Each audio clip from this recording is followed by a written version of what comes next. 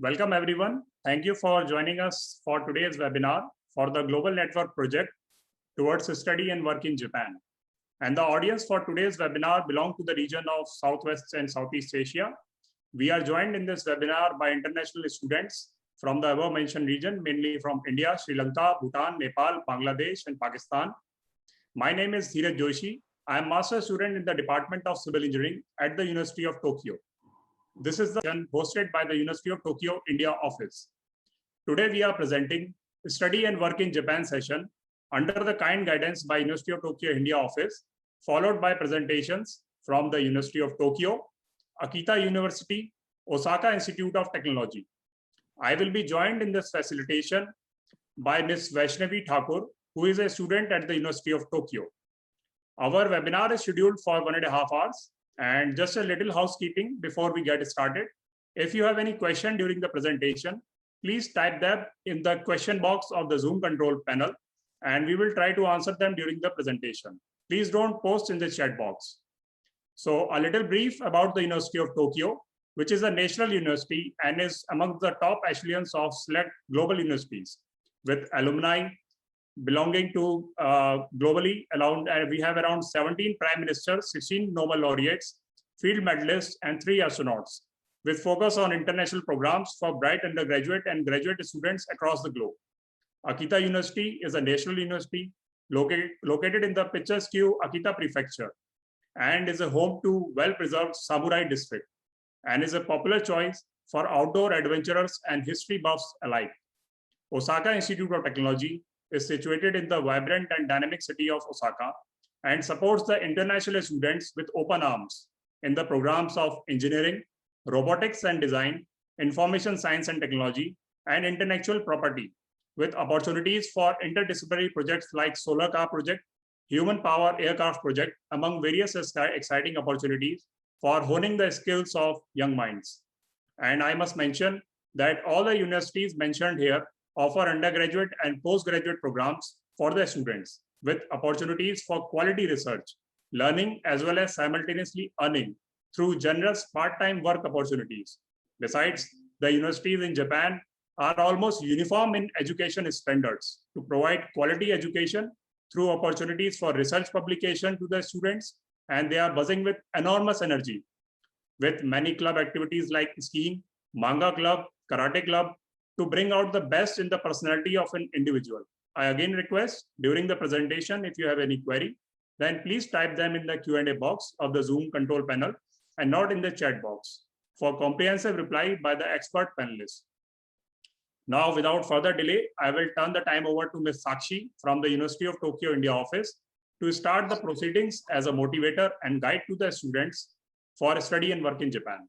Ms. Sakshi, please. Thank you, Mr. Dheeraj. Am I clearly audible? Yeah. Yes. Thank you. Good afternoon, everyone. Welcome to this webinar. My name is Sakshi Roy, and I'm the program assistant here with the University of Tokyo, India office. First of all, before giving you a brief information about our project, I would like to thank all of you. We are so glad that you have participated in our webinars. Thank you for supporting our online seminars by attending, and to all our panelists, thank you for contributing to this webinar. So about the project, this Study and Work in Japan project is hosted by the University of Tokyo, India office and is sponsored by MEX, the Ministry of Education, Culture, Sports, Science and Technology in Japan. Our office is a part of Study in Japan Global Network project, and we provide comprehensive information on Japanese universities. We organize education fairs and seminars throughout India. So this time from our online webinar series, our mission is to introduce nearly 30 esteemed universities to you and to assist you study and work in Japan. I must tell you that Japan has some of the best universities in the world. Tokyo University, Osaka University, Kyoto University, and many more universities which we have planned to introduce to you in our webinars have been ranked amongst the top universities in the world. So if you consider studies in Japan, you will learn from the very best in the world. And once you graduate from a reputed university with a good level of working Japanese, you can easily get a job in some of the best MNC in Japan. Your chance of acceptance will be high because of your international student status. So yeah, it's really a great opportunity for all of you to participate in our webinars. And as Mr. Dheeraj said, that you can directly ask your queries to our representatives of each university. So please stay till the end and don't forget to register for our future webinars. We hope you enjoy the experience and receive a beneficial information from our webinars. So thank you very much for participating, and please enjoy today's session. Over to you, Mr. Dheeraj. Thank you, Ms. Sakshi, for breaking the ice and welcoming the diverse background of the students about the way towards studies and work life in Japan. I will now invite for a very special and informative talk by Dr. Syed Emadul Haq, who is a serving director in the University of Tokyo Study in Japan Project Office in Bangladesh and the country representative of U Chicago Research Bangladesh. And I wish to tell the audience that he has been a notable, enthusiastic alumni of the University of Tokyo. And I assure everyone his talks will be very fruitful for young students to make them comfortable and lead them towards making a wise decision, which is a crucial point in their academic life. Dr. Syed, over to you, please. Yeah, thank you very much, Mr. Joshi, for introducing nicely. And it's a very pleasure for me to talk something about like studying Japan and their work.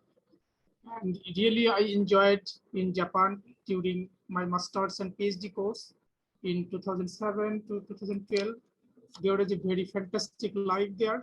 And you can see some of the pictures. As you mentioned, at present, I am directing like University of Tokyo project office in Bangladesh, as well as I am doing the health research with the University of Chicago as a country representative. And you can see the left side, the picture, my professor is standing there, and his professor Nasaman Jimba, and he is very famous in the community health field, and I was supervised by him. And I learned a lot of things from Japanese professor, and it was a very interesting moment. In the right side picture, you can see there was a dormitory where like operating by the TIEC. When I was a master's student, I stayed there, and it was a very fantastic place. And I think many of the international students, they enjoy. And we enjoyed together with 200 countries students staying there. It was a very memorable place there. And you can see the pictures that I graduated from the University of Tokyo in 2009 after my master's course, and I obtained the degree master's in public health, health sciences focusing. And you can see some of the graduation picture that I enjoyed a lot at the Hongo campus during 2007 to 2012.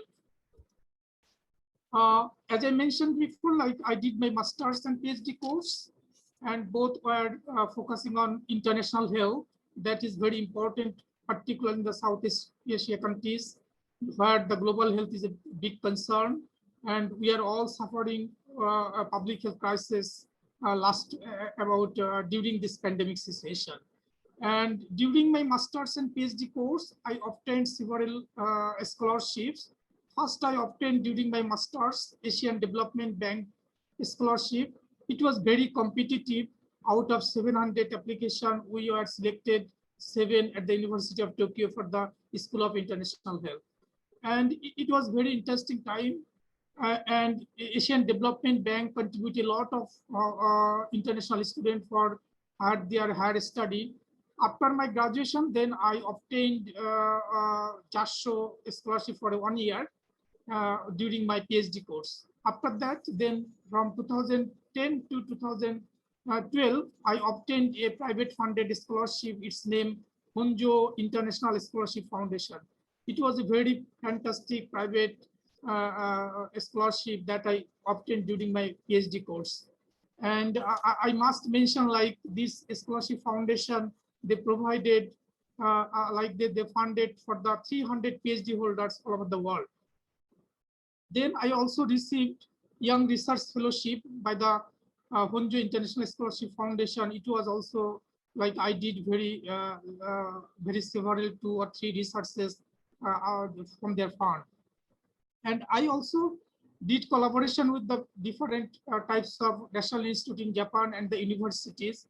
And basically, many Japanese universities still collaborating with me in Bangladesh. They're doing very fantastic work in several ways, both students coming from Japan and going from Bangladesh. You can see here the picture that I enjoyed in life in Japan. I enjoyed there in the snowing and international food festival and gathering with the international friends, enjoying Japanese cultures, going outside with Japanese friends.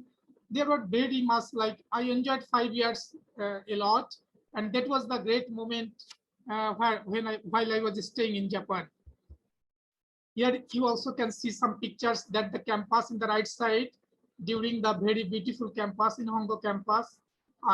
We international students and Japanese friends, we went out together and we enjoyed the campus life. And I also enjoyed like Japanese host family several times.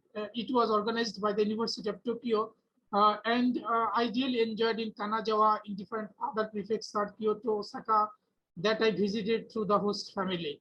And it was very fantastic time in Japan. Really, I miss those lives for what I enjoyed in 2007 and 2013 until 2012. After that, I came back in Bangladesh. Then I went to Malaysia, working with the United Nations University under the Global Health. And I enjoyed that much also. And here I can put some, I would like to thanks to University of Tokyo that they plan to open an office in Bangladesh from this January 2021. And during the COVID period, we are going forward.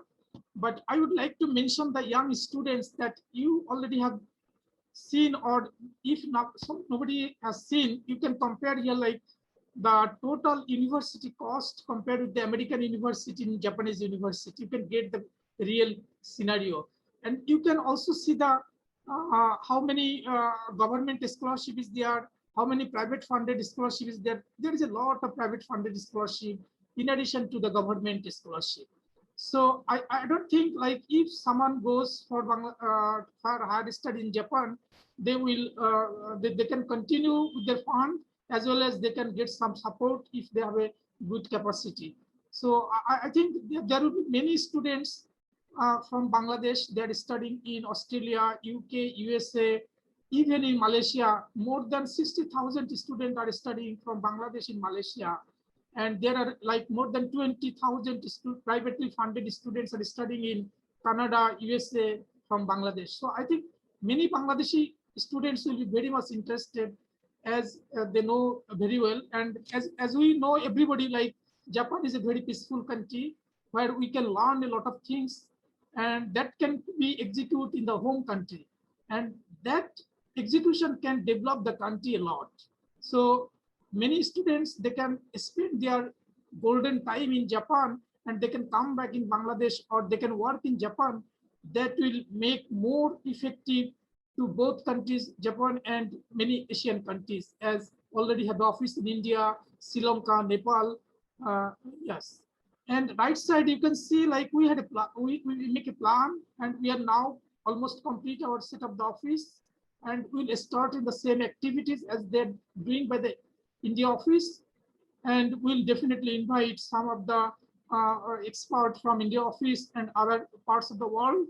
And our office is located in Bonani. It's in central Dhaka.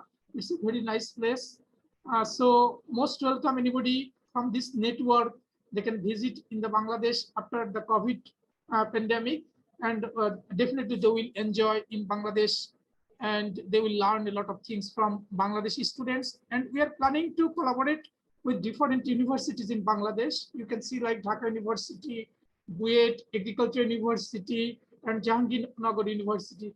Those are the public universities in Bangladesh. Besides that, there is a more than 100 universities in Bangladesh, including many of them are very nice private universities. So I think many students will be interested from those universities to go in Japan for their higher study and work there and come back again in Bangladesh to contribute in the home country. Thank you very much for inviting me talking about this big opportunity. Thank you very much. Thank you, Dr. Syed, for giving such a crucial piece of real information compiled from your own experience and from the academicians and professionals working in Japan and in Bangladesh. And I hope not only Bangladesh, but across Southwest and Southeast Asia, students will be motivated, including their parents, towards making such informed decision and choices. I will just share the agenda slide again. Thank you.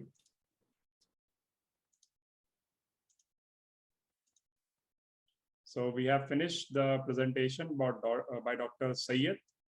Now I will turn over to Professor Jonathan Woodward, Professor of the Graduate School of Arts and Sciences in the University of Tokyo.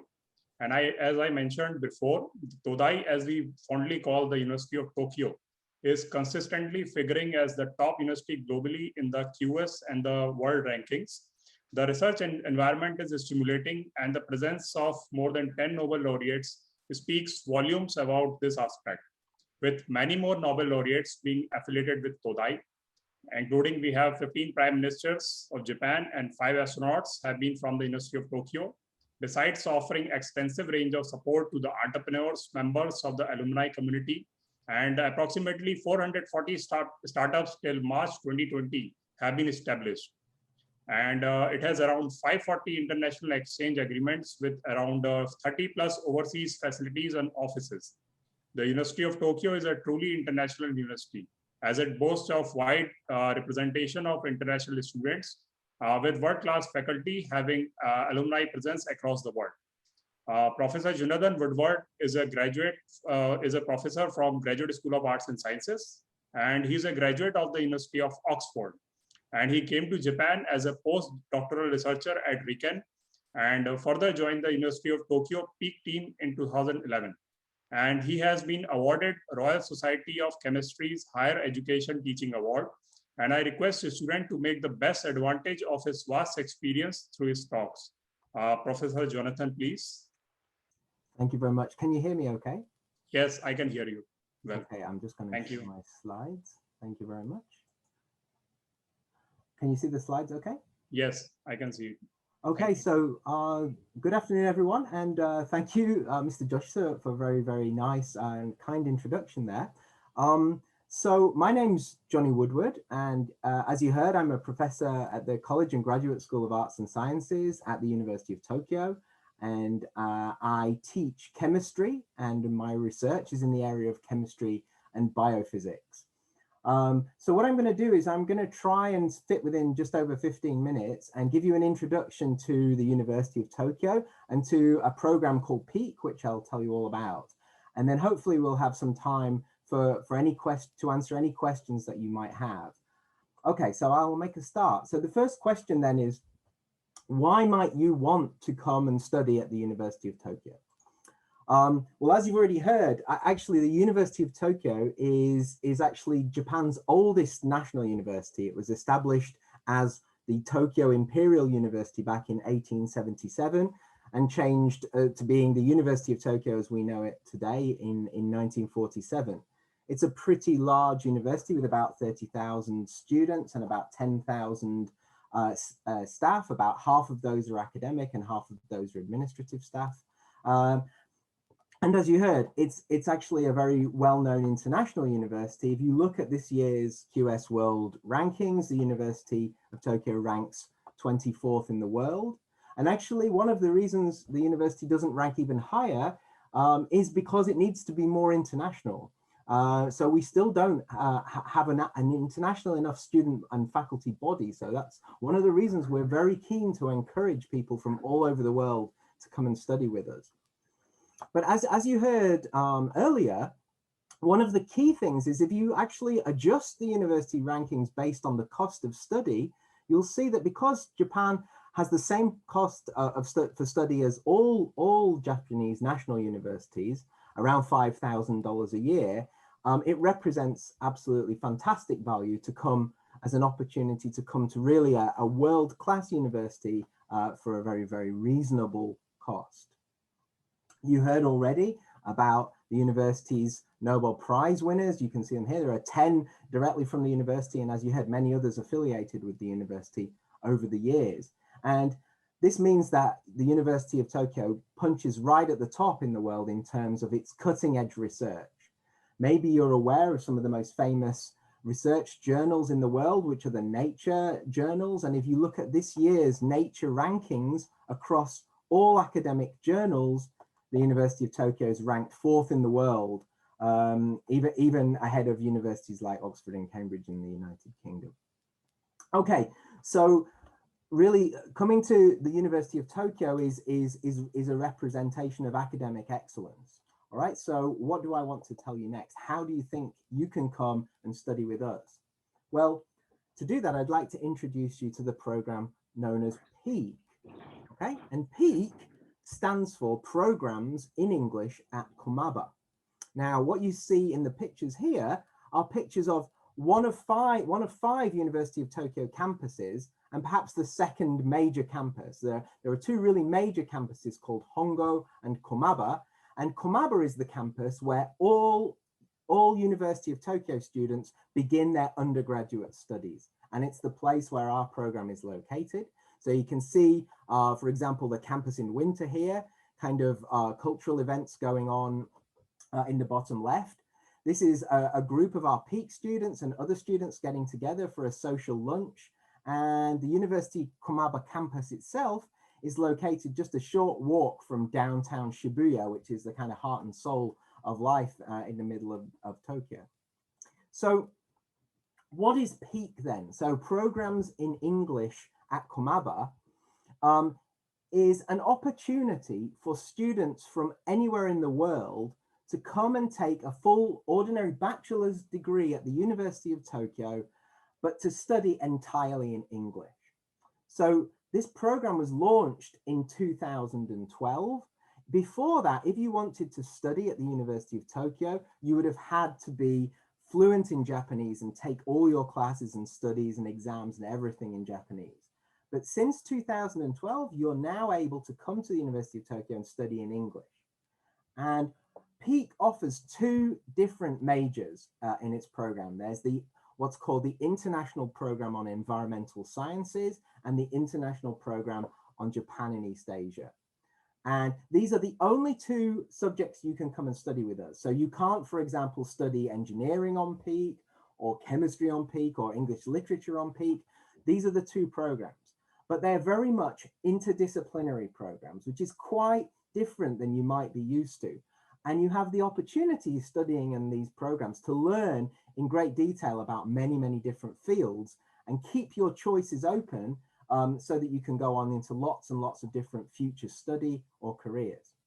Now, the other great feature of this program is that you don't need any Japanese language at all to join PEAK, but if you come and study on the PEAK program, as well as studying all your subject courses, you learn intensively Japanese language as well.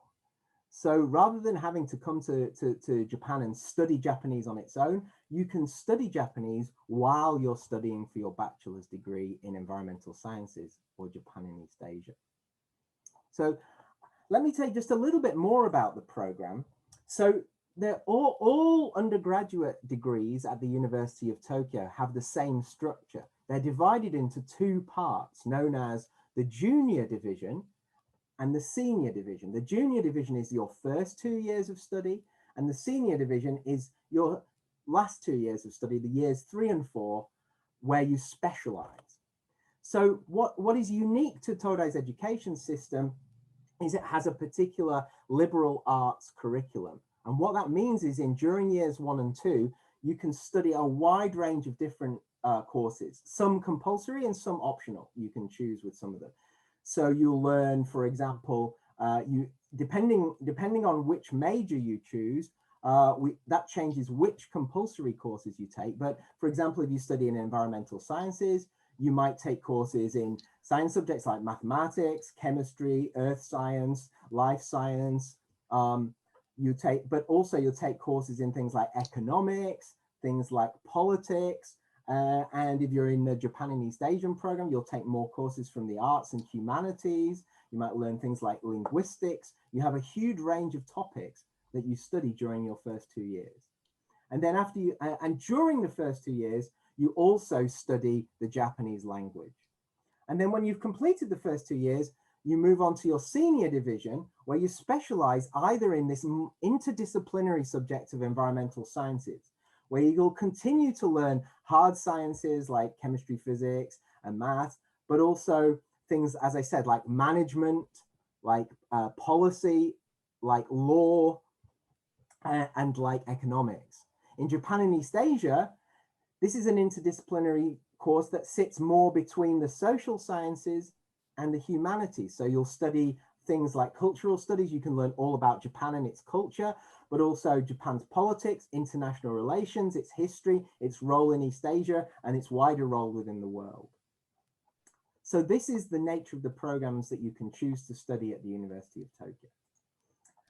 As you've also heard already a little bit about, I wanted to give you some idea about how much it costs. So to join the university, there's an initial admission fee, which is 282,000 yen, or about 1.9 lakh rupees. And then annual tuition fees are about 535,000 yen, so 3.65 lakh rupees per year. All the students will be offered accommodation when they start off in our new Meiji-Rodai International Village. The cost of your accommodation, including all the bills, is about 0.56 lakh per month. And having talked to our students and interviewed them, the typical living expenses for students is just about the same as that, or just a little less per month. So this is what you can expect to have to pay to study. And of course, the bottom three figures are over a period of 4 years. So the one great advantage, though, that you also heard about earlier is that the university, and Peak in particular, have a very generous range of scholarships. So, for example, we have the Japanese MEX scholarship devoted to Peak, and we have 5 of these per year, which pay for basically your trip up to Tokyo and back, your admission fee, your tuition fees, and a monthly allowance as well for your living costs. And we have 5 of these, and we also have 10 University of Tokyo scholarships that are also the same benefits, but just lacking the airline ticket. So you get everything paid for the 4 years of study. Now, Peak itself is a very small program, a very select program. We have a very close-knit community of teachers and students working in small groups. So we typically accept 30 students every year, about 15 onto each program. And as we have 15 full scholarships, that means at least half of our successful applicants to Peak can get full scholarships. And to apply for the scholarship, there's nothing you have to do. You just apply to Peak. And if you apply to Peak, you'll be considered for the scholarship. Okay, so let me just tell you a little bit about how you might do that if you're interested in the program. How does the process work?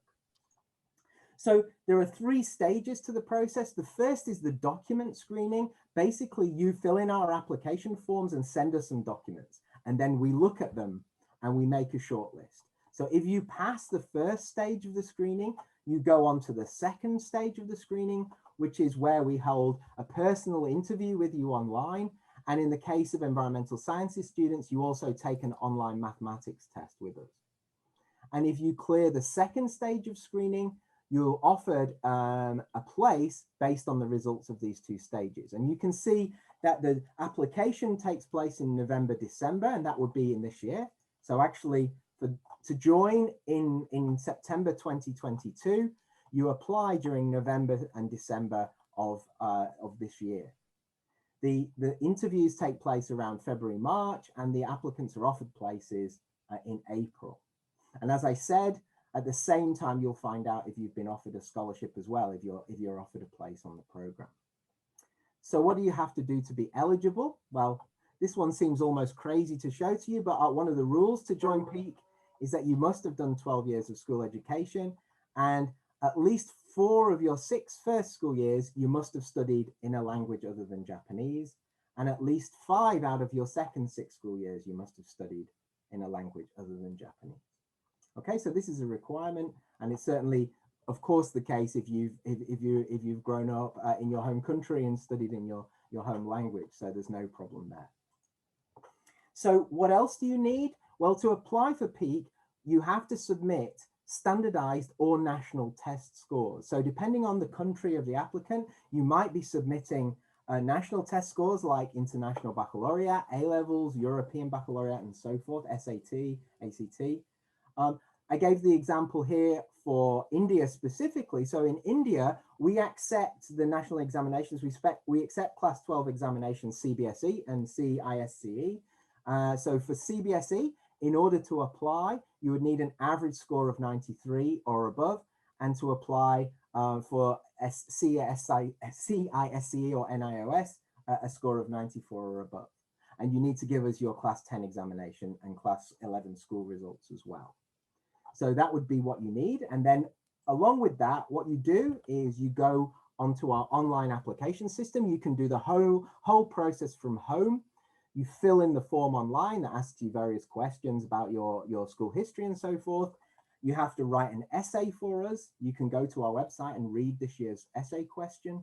You have to supply us with school transcripts, a certificate that says you're going to graduate from high school, your national examination results or predicted scores when you apply, depending on the system, and test scores of your English proficiency if you've not been studying at school in English. You can get details of that on our website. And finally, you need two evaluators, typically teachers from your school, who will write evaluation letters for you. You fill all this in, you upload all the documents, and you get your evaluators to fill in their forms as well, and then the process is done.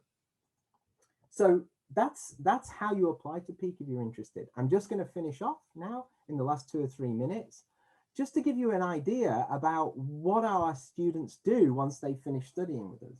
Because I think in many cases, the idea of a liberal arts curriculum is unusual, and the idea of these highly interdisciplinary courses is unusual. So the idea of studying lots of different things may not be so familiar. And particularly during the senior division, many students can take additional kind of minors or sub-major programs. So for example, if you're interested in computer science, many of our students will take a sub-major in informatics or something like that. So there are other disciplines that you can take courses in, and you're actually free. If your Japanese gets good enough, you can take courses from any of the other courses offered in the university as well. So what do our students do though? Well, we took a survey from some of our graduates who graduated during these years, 2016 to 2020. So I've got a sample of 104 students here. And what you can see, apart from a few students who were still completing applications or, preparing to taking a year off or traveling, we basically have an almost even split between students going on to further study at graduate school, so master's programs, PhD programs, or going into employment. If we look at the graduate school, you can see that about the same amount of students stay in Japan, and quite a lot of them join our sister programs in the university to carry on graduate studies. Quite a lot of them go to the USA for their graduate studies, quite a large number to the UK, and then various other top universities in countries around the world. In terms of employment, so actually a lot of our students go on to be hired and take up their graduate careers in Japan. So some of them go back to their home countries, some of them go to other countries, but a large number are actually staying in Japan for their careers, at least the early parts of their careers. And if you have a look at, for example, what do our students go on to study, you can see there's this huge range of different careers from both programs. As I said, you're not locked down in a degree like these because they're so interdisciplinary. It opens the doors to many new areas of study, and perhaps you'll learn about something at university you didn't even know about at high school, and you might go on and want to specialize in that later. And similarly, it's reflected in the jobs that our students go into. You can see large amounts of students go into the business, consulting and management field and finance, like accountancy and banking. But also huge range of other different areas of the job market. So what this represents is an opportunity for you to really, if you for example know that you want to study, but you really don't know what it is that you want to do yet, doing this kind of interdisciplinary program can be a really great opportunity. Okay, so that's my time up. I've spoken for a little over 15 minutes. We've got time now for some questions. So I'd like to say that I have some of my colleagues here. So it's not just me. So I have my colleagues from the admissions office at the University, Peak admissions office. I also have with me Professor Suzuki, who is from the Japan and East Asia program. I'm from the Environmental Sciences program. And we also have one of the Peak students from India, Sweta, who's here as well, joining us. So we can answer any of your questions. Okay, so with that, I'll stop and we'll move to the questions. Thank you. Thank you, Professor Jonathan, for sharing such a nice presentation and vast treasure of knowledge with the students. And I will now start the Q&A session immediately for 5 minutes for fruitful discussion of students with the panelists of the University of Tokyo. And I would like you to request to Professor Jonathan if you'd like to take any question in the Q&A box. Yeah, I'm just looking now. So yeah. In the open box.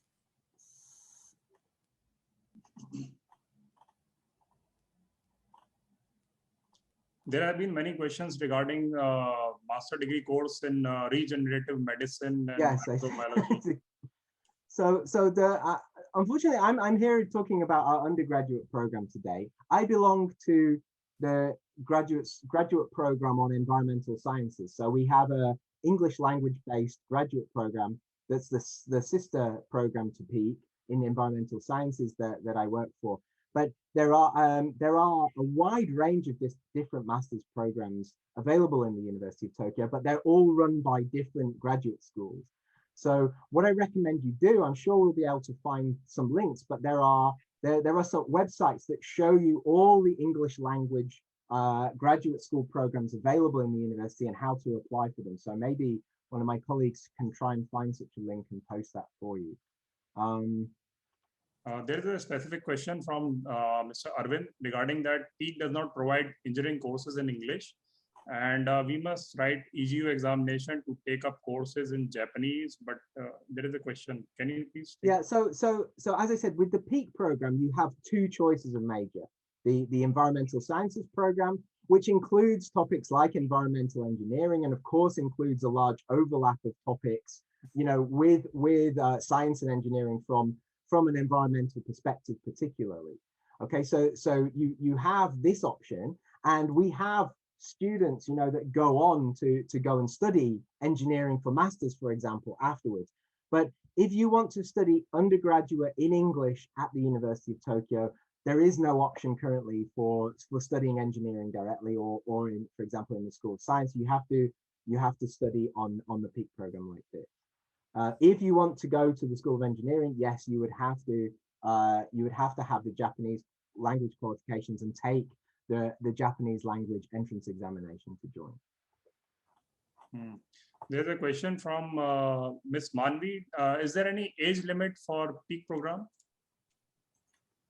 I think there is no age limit. The only thing that you have to be careful about is that the qualifications that you have are sufficiently up to date to meet the eligibility requirements for the university. So there's no age limit, but you do have to make sure that all your qualifications fit the requirements. So the best thing to do is, if you are unsure, if you visit, you can, I think, let me just share my screen again so you can see the link. This is the link to the Peak website that you can follow. And there's a section on the website where you can ask questions to our admissions team afterwards, and they will get back to you and check your details if you have any questions. If you've got any specific questions over your eligibility to apply, please send a message through the website there. Yeah. And I think most of the queries are related to engineering courses. And I think, as you already mentioned, that Peak program offers exciting opportunities for interdisciplinary and collaborative studies with engineering courses. And I have seen personally myself, some of the students in my lab who are from Peak program. I am myself an engineer, but there are many students who are from Peak and they are studying in our lab. And they have got very high and very rewarding positions in like space agencies in Thailand and JAXA space agencies, and they are working there. That's absolutely right. And I should say that in Peak, in your 4th year, you get to do a full year long research project in different professors in Pete's laboratories. And we have, for example, chemical engineers, we have people, so you can get direct research experience in related fields, even on this program. But yes, there is no direct management. Given that the time is short and there are many questions, I think it would be really nice, if possible, to just hear from one of the Peak students if she's here. So it's very hard for me to see on the system. Yes, Professor, I'm here. So maybe, I mean, could you say just a little bit about your experience of like applying and coming to Peak and so forth? Maybe would that be okay? Yeah, sure, Professor. So, hello everyone. My name is Shweta, and I'm a year 1 environmental science student in the PEAK program. And my experience with PEAK have been great, actually. I could actually collaborate with a lot of international students. And one thing that really attracted me towards PEAK is the small class size and the international environment. It's really easy to interact with professors and all your other classmates. Yeah, I just feel like it's a great program. And one thing is like it's totally in English, so that's a really great opportunity for those who haven't really been exposed to Japanese language. And this will also be a great opportunity to learn Japanese language. Yeah, so now my experience was really great. Thank you, Shweta, and thank you, Professor Jonathan Woodward. I will now close the Q&A session, and I again thank you, the team of the University of Tokyo, and for facilitating during this Q&A session. And I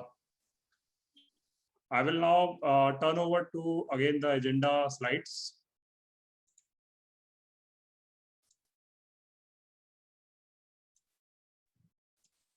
So we have finished the presentation by the University of Tokyo for the PEAK program. And I will now turn over to Professor Mishima of Akita University. And I would like to share that besides the natural beauty of Akita, the study abroad programs and various clubs like ice skating, Akido, and many more will help students in a well-balanced lifestyles besides getting ample time to do even online part-time job activities. Professor Mishima is from Graduate School of Engineering Sciences in the Akita University, and he has wide research interest in the field of benign environmental designs towards reduction of environmental burden, and which is a key goal under the Sustainable Development Goals, the SDGs. So I request students to make the best advantage of the vast experience of Professor Mishima through his talks. Professor Mishima, please. Yes. Thank you for the introduction. My name is Nozomi Mishima, and I'm teaching mechanical engineering in Faculty of Engineering Science at Akita University. So, and thank you for coming to the introduction of Akita University today. Let me share my slide.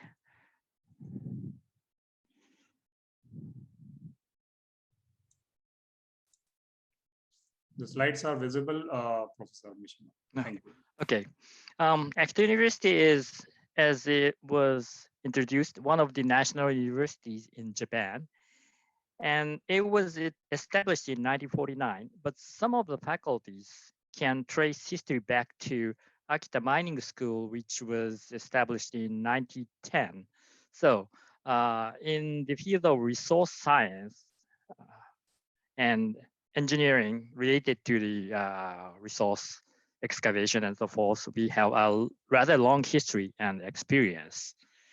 So, well, Akita Prefecture is known as the homeland of Akita Inu. Well, I'm not sure whether you know or not, but Akita Inu is kind of a world famous because it was gifted to the famous Russian ice skater. So this is the Akita Inu puppies. And well, it will become rather large and one of the Japanese traditional dog.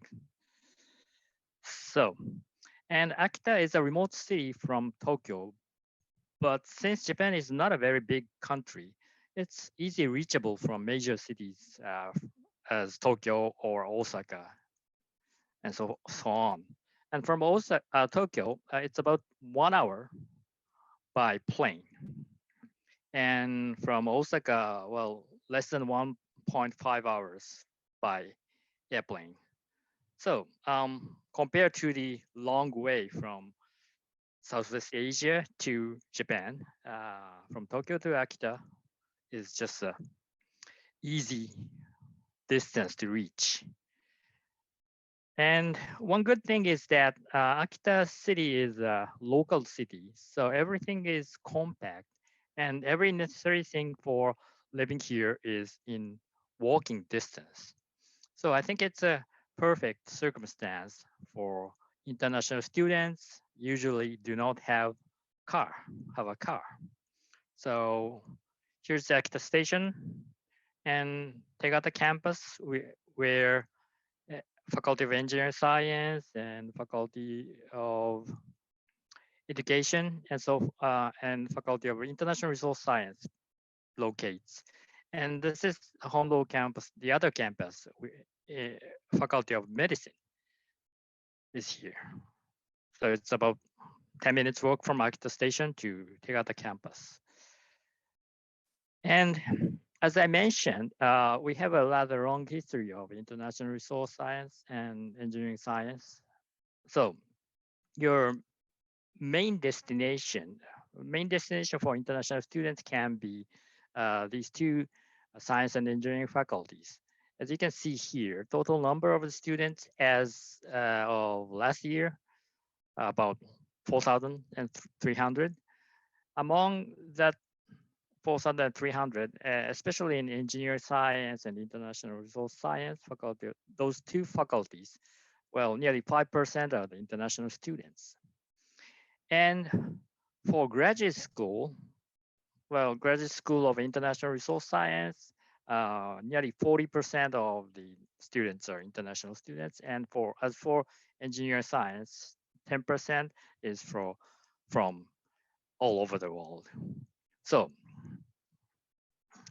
especially for our graduate schools, international students are the irreplaceable members to progress our R&D activity. And this is the data for the admission for international students. And for undergraduate students, the application date will be late January to early February, and admission only for medicine late January to early February, and other faculties late December. And the admission date will be like this.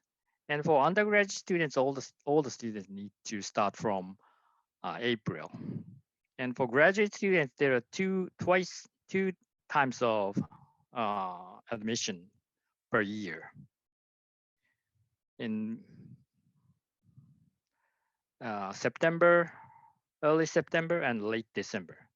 And for undergraduate students, both first session and second session of EJU can be used for admissions. And for graduate students, no EJU score is required. And for graduate students, you can choose to start from April or from October. And okay, from now on, I would like to explain briefly about our 4 faculties. The first one here is Faculty of International Resource Science, which consists of 3 departments. And the first one is Department of Resource Policy and Management. And the second one here is Department of Earth Resource Science and Department of Earth Resource Engineering and Environmental Science. Well, for every 3 departments focusing on the resource policy, resource management, and resource related science and resource related engineering. The second faculty here is Faculty of Education and Human Studies, which consists of 2 departments. And the one is Department of School Education for those who would like to be a teacher.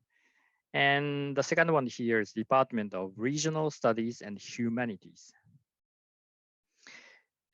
Okay, the third one is Faculty of Medicine, consists of Department of Medicine and Department of Health Sciences. And last one here is the largest faculty in Akita University, Faculty of Engineering Science, which consists of 4 departments and 8 courses. And 4 departments are life science, material science, mathematical science, and electrical and electronic computer engineering, and systems design engineering. And corresponding 8 courses can be seen here. So the Faculty of Engineering Science has rather wide coverage from pure science to pure engineering. Okay, Department of Life Science. Well, for in detail, I would like you to take a look at our website or the related information. But anyway, I'll briefly explain the 4 departments of Faculty of Engineering Science. And the first one here is Department of Life Science, focusing on the cell science or synthetic organic chemistry and so forth. Second one here is Department of Material Science, which focuses on, well, ceramic technology or, well, membrane, micromembrane technology and so forth. And then Department of Mathematical Science and Electrical, Electronic and Computer Engineering. And well, for mathematical science course, focusing on mathematics and theoretical physics. And well, electronic course has a wide coverage and important area for modern life, and the computer engineering course, human computer engineering course, focusing on many computer technologies for making human life rich. And the last one here is Department of Systems Design Engineering, consists of 2 courses, civil engineering course and mechanical engineering course. And mechanical engineering course here, for example, focusing on, well, nanotechnology, micro nanotechnology, or satellite technology and so forth. And the civil engineering course is for bridges, construction, buildings, and inspection of those things can be is within the coverage. Okay, so the last one here is it is not included in the 4 departments of Faculty of Engineering Science. It is only for graduate school, and this graduate school is called Cooperative Major in Life Cycle Design Engineering. And we rather put emphasis on the environmental benign technology, environmental benign design or renewable energy and so forth. And this major will be renewed to cooperative major in sustainable engineering from next April. So we are trying to put more emphasis on this environmental benign technology, such as renewable energy technology, life cycle management technology, and electrification of transportation and so on. And this is where I belong as for the graduate school. So I can recommend this graduate school, this course as your destination.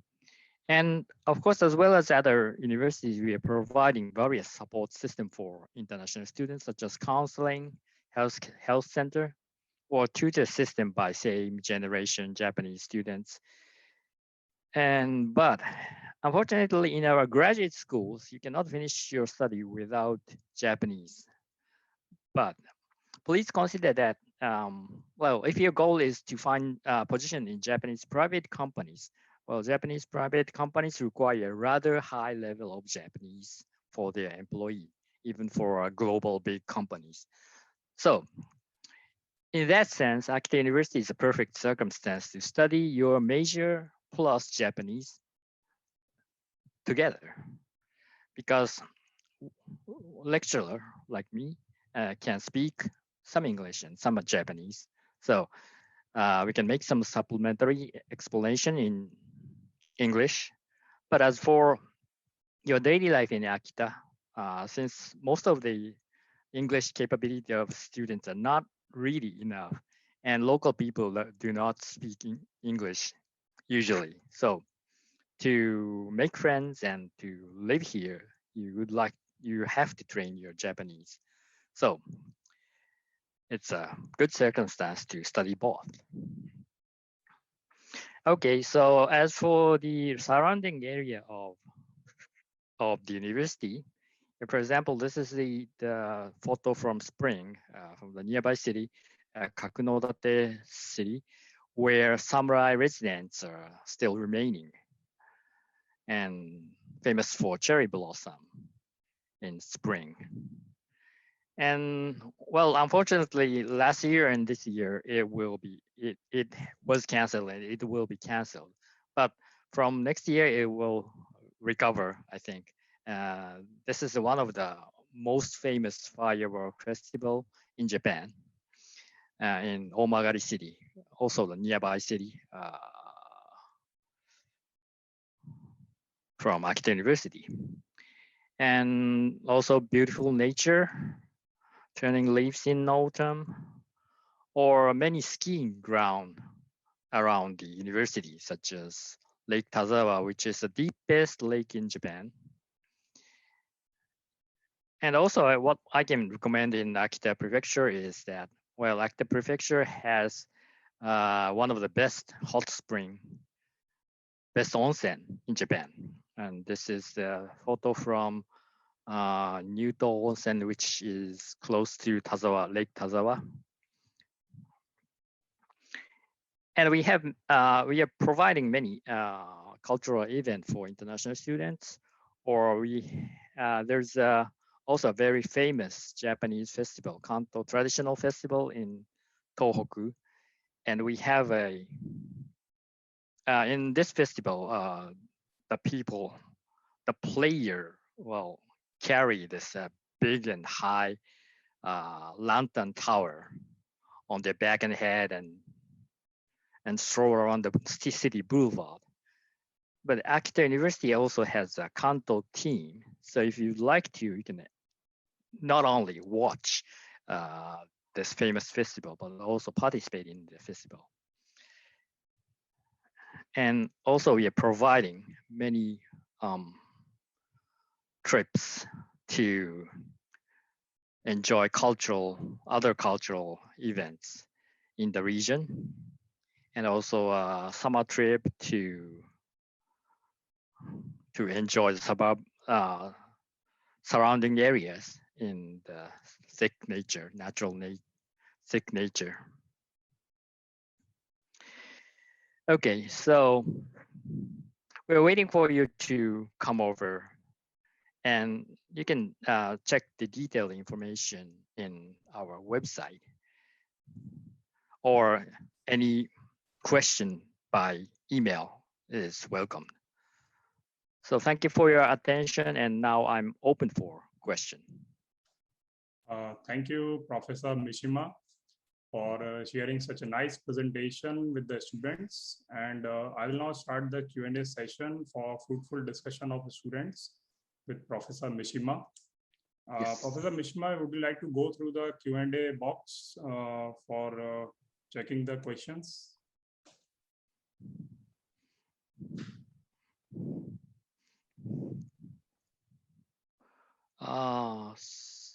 Which is from Akita. That's the There's English a question program. regarding whether Okay. the undergraduate courses in Japanese for all the years Okay. are Yeah, well, Japanese or bilingual? For graduate program, you can study in English. Well, but for undergraduate program, you don't have we don't have a pure English program. We have some classes taught in English, but for undergraduate, you need some Japanese at least. But for postgraduate, we have English taught classes or English taught courses, so you can finish by English. But finding position in Japanese private company is another story. I think you need some Japanese for that. There is a specific question related to the University of Tokyo, but I think this is also relevant for Akita University regarding medical post-graduation courses in Akita University. Medical postgraduate courses? Yes. Well, it's kind of difficult for postgraduate courses. The medicine Department of Medicine is difficult for your destination for postgraduate. We have a postgraduate course for medical engineering collaboration, so that can be one your target if you're or interested in some transdisciplinary area. So medical engineering collaboration. There are some questions from the students regarding admission in PhD programs in Akita University. Yes, admission.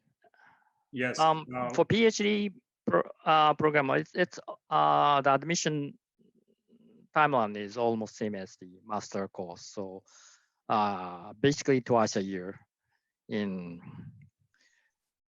late August or early September and late December. So twice a year.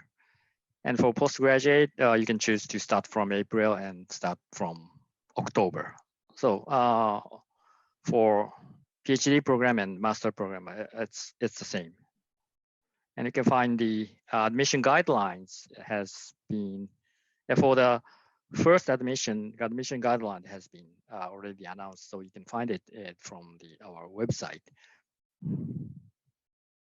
There is a question from Mr. Rajesh regarding EGU exams for undergraduate is required, but it is cancelled due to COVID. So what is the alternative admission process? Well, for now it's unsure because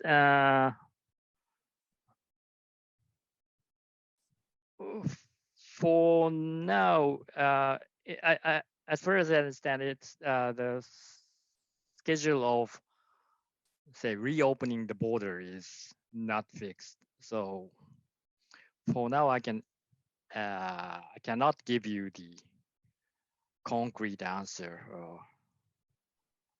Okay.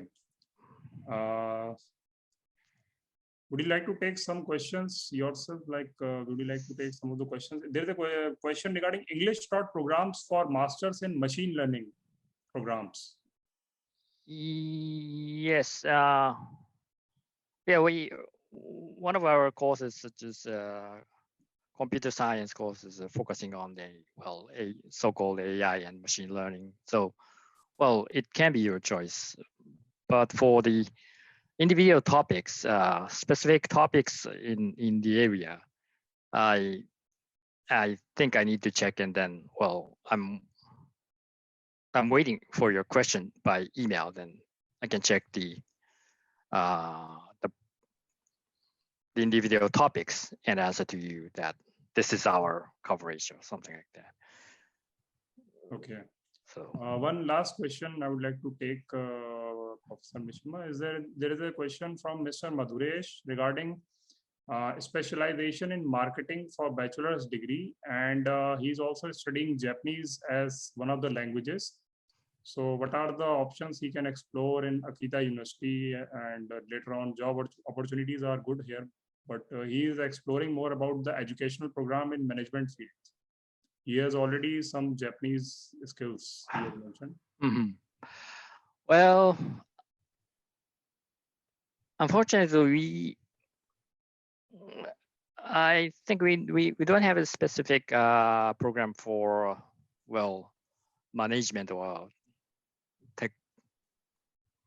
management of technology. We have a special course for management of technology in our graduate school. But to take that program, you first need to join one of our graduate school. So, and especially mostly focusing on engineering or science. So we don't have a independent course for management or management of technology. There is a question directly related to you, as it is saying that your research interest is in renewable technologies, and it is offered in the graduate courses or undergraduate courses. And what are the selection criteria for the courses that you are taking? Well, some of the classes are taught in undergraduate courses, but mainly our new graduate course of sustainable engineering, focusing on one of the main topics of that new graduate school master program is renewable energy. So my answer is mainly in graduate program, but some classes can be taken in undergraduate as for renewable energy. Okay. Thank you, Professor Mishma, for enlightening the students and guiding them further. And in case students, if you have some more doubts, then I request the students and parents to kindly contact on the links given kindly by Professor Mishma in his presentation. And we will be posting the details of Akita University in the chat box further. So I will be just sharing the agenda slide again.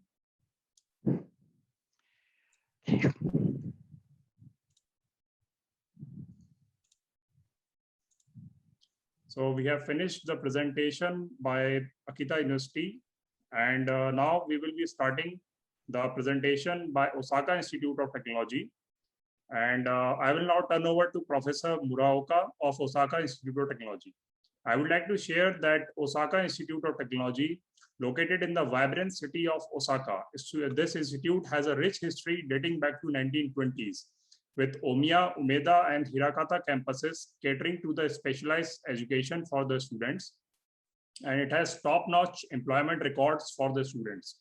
The university also offers exchange study abroad system, and with a dispatch period ranging from regular or irregular semester terms in various notable global institutions, including Australia and the Pacifics. Professor Muraoka is from the Faculty of Engineering, and he is Director of International Center in the Osaka Institute of Technology. He is an alumni of Osaka University, and he has research interests in the applications of molecular machines, such as molecular shuttles and molecular sensors. He is also serving as the Director of International Center, as I mentioned before, towards guiding international students in the pursuit of engineering and scientific excellence.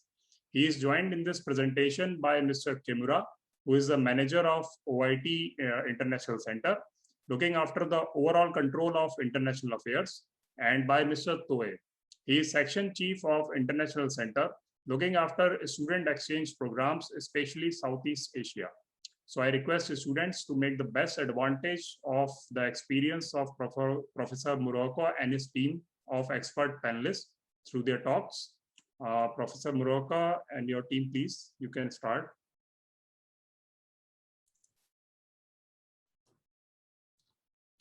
Thank you very much for your kind introduction, Mr. Josh. Thank you. Good afternoon, everyone. I'm Masa Muraoka of this Director of International Office and the Professor of the Department of Applied Chemistry or OIT, Osaka Institute of Technology. First of all, I would like to thank organizing committee members in University of Tokyo in their office. Thank you very much. Also, we are very happy to have a wonderful opportunity here to introduce OIT to the student from Southeast and Southwest Asia. Welcome to our time from OIT. We have a long and enduring tradition of international education. OIT attracts international students from the world in pursuit of engineering and scientific excellence, as well as innovative intellectual property.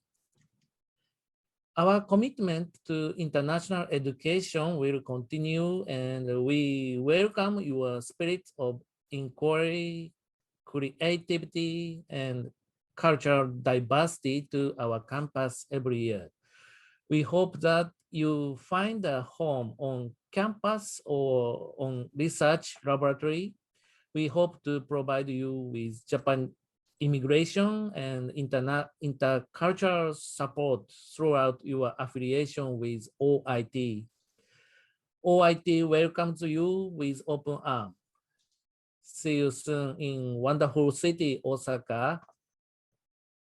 Okay, so and now I will hand it over to my colleagues, Mr. Toe and Mr. Kimura.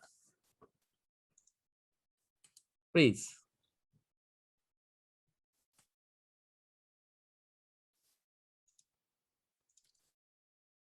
Okay, thank you for introduction. My name is Kenji Toe from International Center of Osaka Institute of Technology. At first, I'd like to thank for the Tokyo University for inviting us a good opportunity introducing our university for this good webinar. And I'd like to see the Indian student beyond the screen. Okay, let's start the session. I think a lot of Indian students are familiar with capital Tokyo, but a few students know the Osaka. So welcome to Osaka. Osaka is located in Kansai region. Osaka is located Western Japan, facing on the Pacific Ocean. Where is Osaka? What happened there? There are much to see and learn.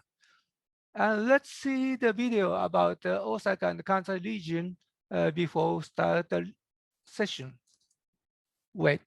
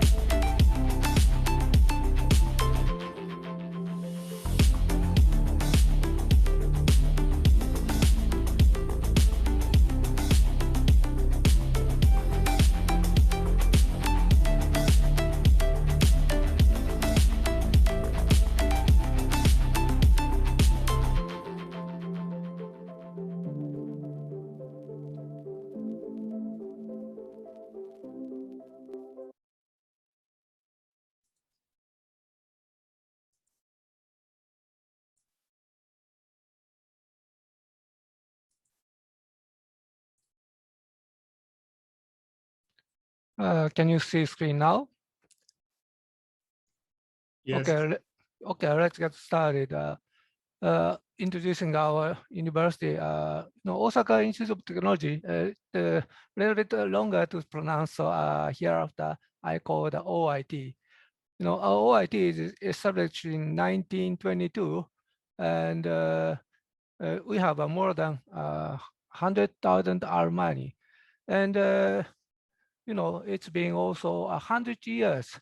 Osaka Institute of Technology is one of the most famous and traditional private university in Osaka. You can see our current president, Dr. Masuyama Araki, at the bottom of the screen. Then here is the ranking which evaluate our institute. We usually use the THE ranking. The THE stands for Times Higher Education. At the THE ranking, OIT is ranked 1001 plus all over the world. Also is ranked in 800 plus 1 for engineering. At the same time, it is ranked 401 plus in Asia and 150 to 200 in Japanese university. Here is our university location. We have 3 campuses in Osaka Prefecture. The Omiya campus, Hirakata campus, Umeda campus. They are located in the map, respectively. Here is a train map. There are lots of train lines and subway lines in Osaka, so you can travel easily by using a train and subway. Here you can see a gorgeous building that they have 22 stairs, floors, and they are just located in center of the Osaka city and in front of the Umeda station. That's our Umeda campus. It's the most new campus in our university. And here you can see the picture of Omiya and Hirakata campus. There are lots of buildings here, and we are located beside the river. So they are very beautiful in the all season. Here is our dormitory for foreign students. Dormitory fee is 50,000 yen per month, but foreign students can discount. So dormitory fee is 35,000 yen. That is 24,000 Indian rupee. And here's a living cost in Osaka.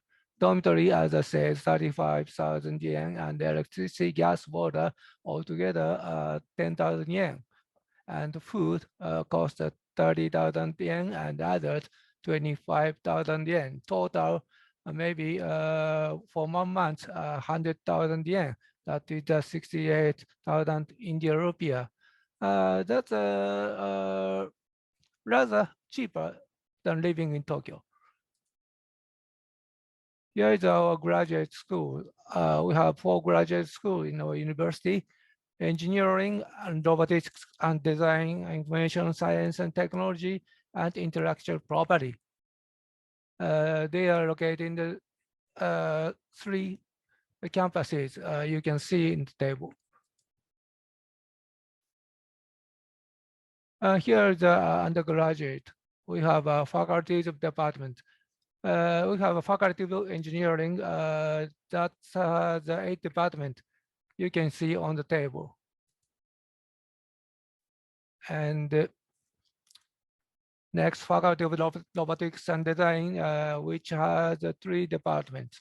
And next, faculty of information and science and technology, that has 5 departments in Hirakata campus.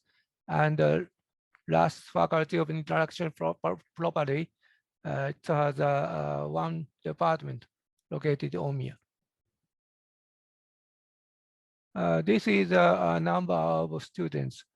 Approximately, we have 7,000 students undergraduate and 500 students in graduate school. We have lots of overseas partner universities in the world. We have also over 60 universities, partner universities in the world. And we also have one India partner university, which university is Manipur Academy of Higher Education. Here is the tuition for undergraduate. As you can see, simply said, maybe 1 million India rupee for a year. And here is the tuition for graduate school. You can see the price on the table.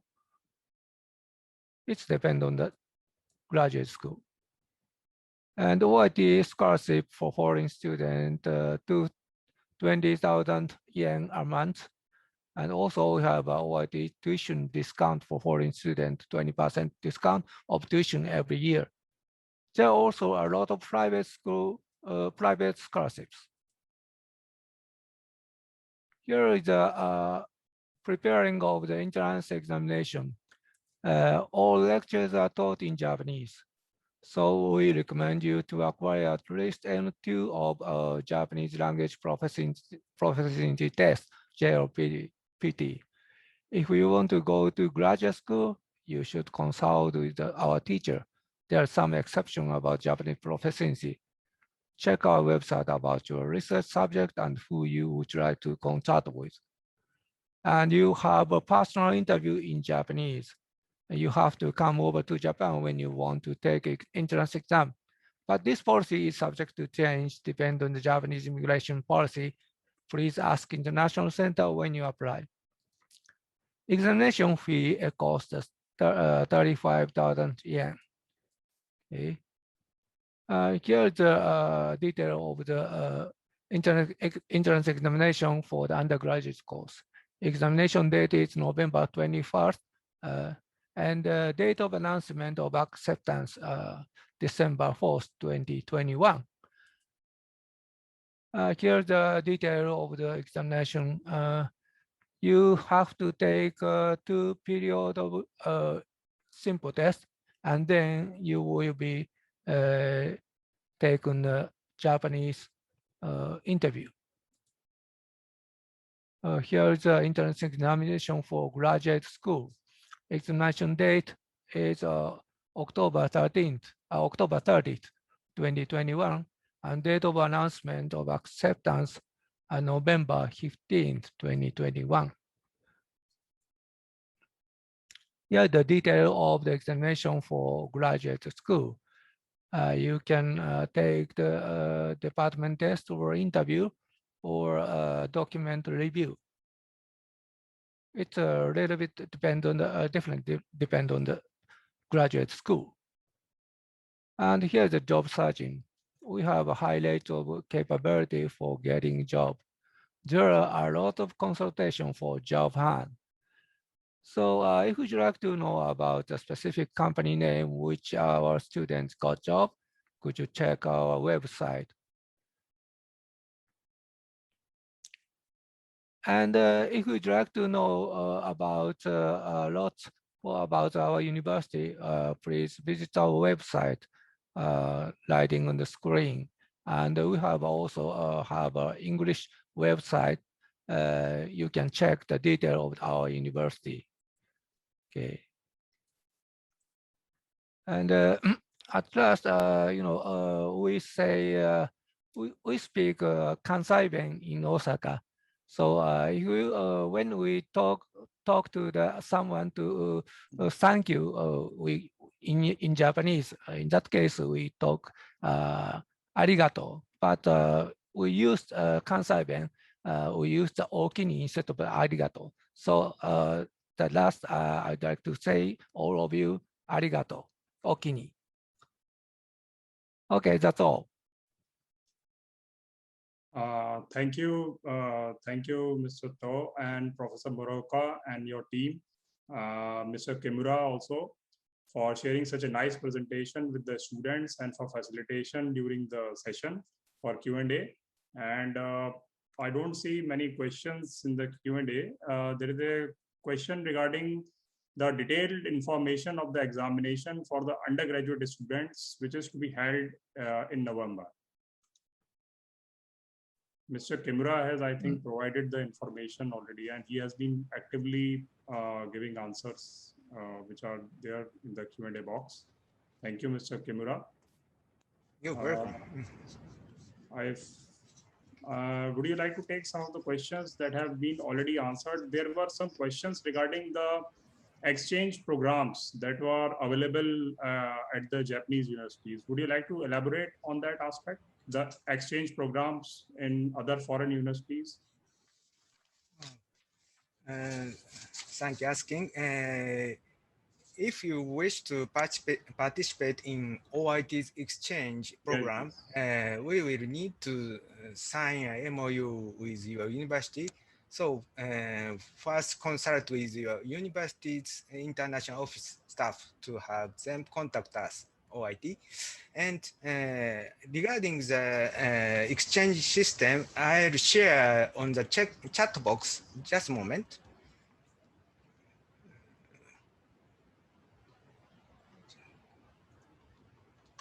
Okay.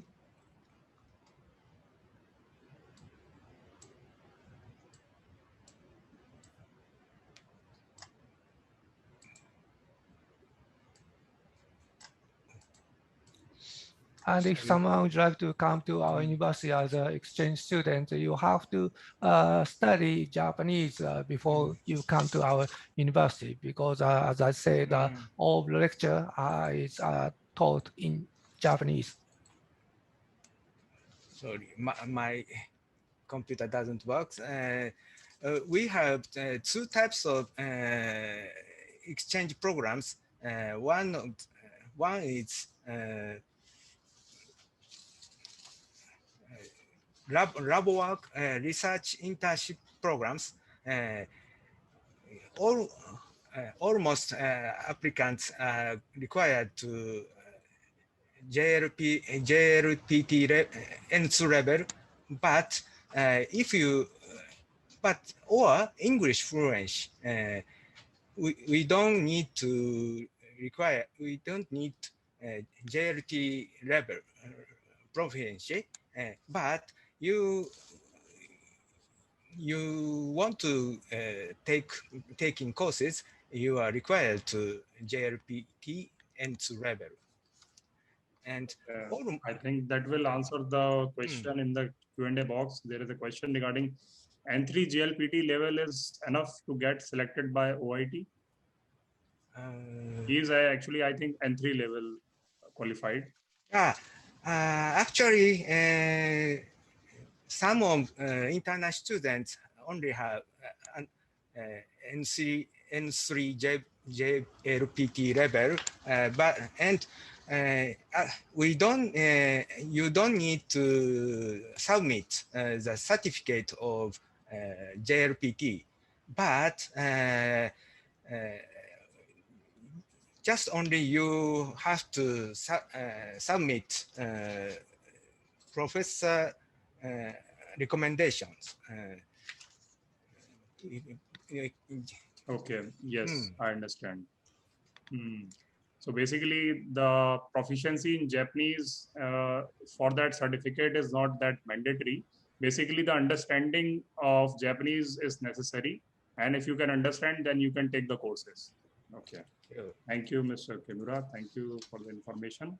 There is a question regarding scholarships at OIT for undergraduate courses. Scholarship? Yeah, what are the different scholarships that are available for the students? Okay. As you already Mr. Toe already give presentation, but I announce again. OIT offers a school scholarship and 20% tuition reduction for regular international students who are expected to graduate within the regular term of study and who lack the funds for tuition following screening process. The school also recommends students for grant-based aid such as Monbu Kagakusho MEXT honors scholarship for privately financed international studies or scholarships from various private organizations, if available according to the characters, academic performance, financial circumstances, etc. Okay, thank you, Mr. Kimura. I think we don't have any more questions. So thank you. We will just close the session with Osaka Institute of Technology. Thank you, Professor Muraoka, Mr. Kimura, and Mr. Toe for enlightening the students and guiding them further. And if there are any further doubts, I request the panelists of Osaka Institute of Technology to kindly post their email links on the chat box so that students can contact them. So I will just share the screen of agenda slide. So we have finished the presentation with Osaka Institute of Technology, which is the last part of our session. So great, thank you everyone. We appreciate you being here. And it was a wonderful opportunity for the young minds to interact with academia and serving professionals to understand the study and work environment in Japan. And as it is brought out that Japan gives you one of the best opportunities without affecting your studies, and the opportunities for employment, including part-time opportunities for employment, are the best in the world, and with hefty perks and benefits. Many students have come here in Japan and made it their home and settled with their families. We again request everyone to visit the website of UTokyo India office and visit the webpage of the concerned universities in which you are interested. And the links have been given kindly in the chat box by the expert panelists. And I request you to send your emails for detailed inquiries for easing out and charting out the path for students coming to Japan. Thank you again for joining us today, and we will see you in the next upcoming webinar on July 10, which is tomorrow. Sayonara. Bye-bye.